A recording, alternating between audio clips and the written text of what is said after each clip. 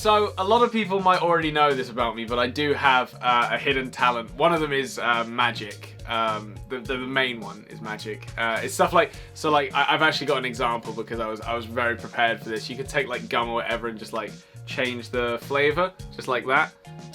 So yeah, that's just one of the sort of hidden talents I have. I don't know. Oh wait, where's my thing? I had a thing. Oh yeah, here we go. You like this as well. Wait, you ready? So there's a dice in a box. Yeah, multiple dice.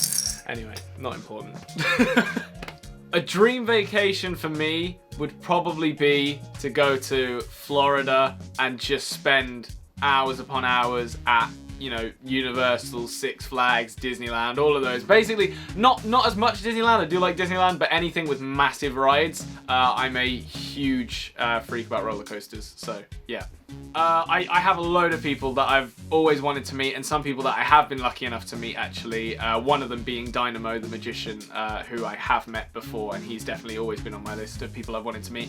But talking about people I haven't met, I would have loved to have met Avicii. Obviously, sadly, he passed away a few years ago.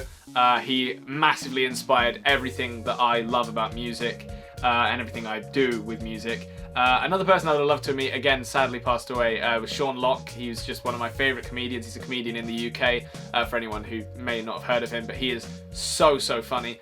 And then the last person, there's so many options of people that I'd really love to meet. I'd love to meet Pete Davidson. Pete Davidson is just so funny, and I really want to just talk to him in person. The one meal I would choose to eat for the rest of my life would probably have to be maybe some sort of pizza, just because at least then you can still switch it up, I guess. Or either that or a roast dinner that you can also then switch the meats out for. Like, I'm trying to be really pedantic about it, just so that I can get away with not eating the exact same thing. That's sort of my, because I get really bored of food really easily. That's like an actual bad thing about me, is that I'm so picky with food that I will eat a lot of things, but I get bored. Right, I've thought about this. I've thought long and hard about this. My phone is pretty much number one. That would be the first thing I'd take, because that obviously covers all the basics. I can contact people, I can entertain myself, I can play games, I can film, there's a camera on there, so that's sorted.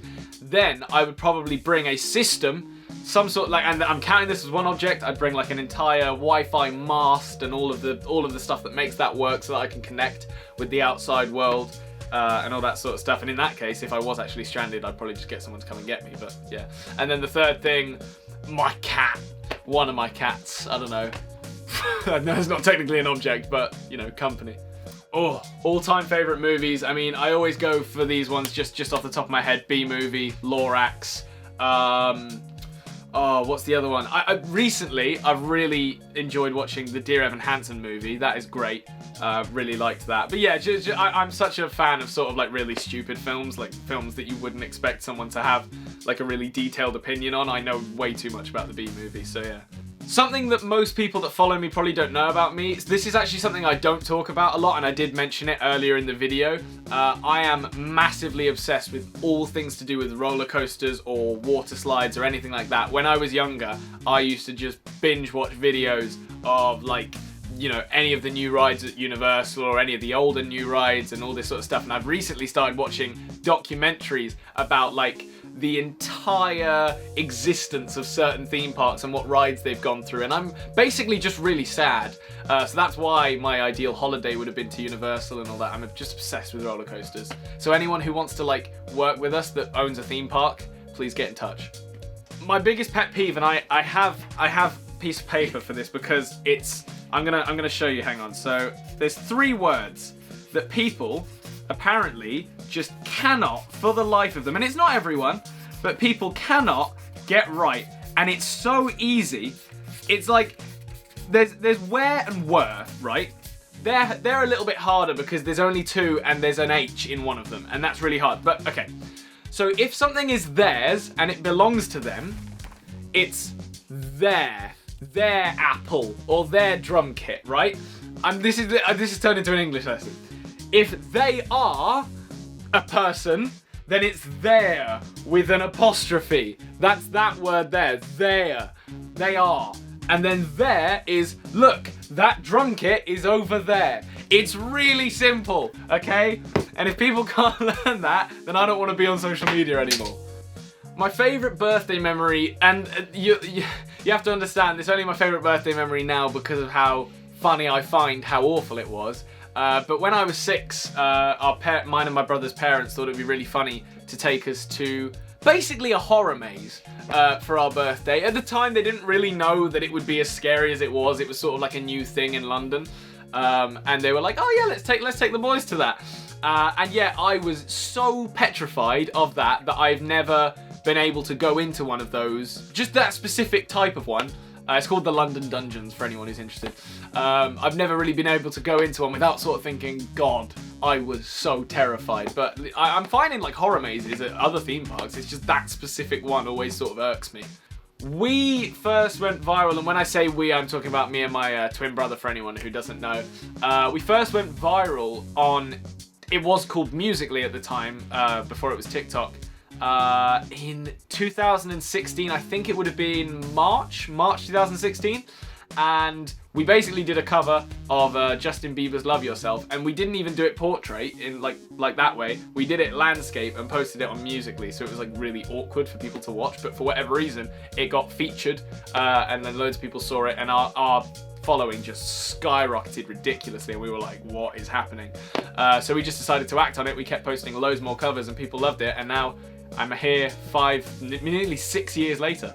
So yeah, 4 words to describe myself without sounding too, what's the word? Full of myself. God, I would say loud. Loud is definitely a descriptive word that anyone would use to describe me. Impulsive, definitely. I don't think a lot about some of the things I do. Sometimes I do think very long and hard about things, but majoritively I just go, yeah, do that. And then, so we got loud, impulsive. I would argue annoying, not necessarily in a bad way, because I mean, there's not really many good ways of being annoying, but like I think I'm just persistent is a word I'd use, or stubborn maybe. Let's say they all sort of come under the same umbrella category. So we got loud, annoying, impulsive. Let's think of a good one.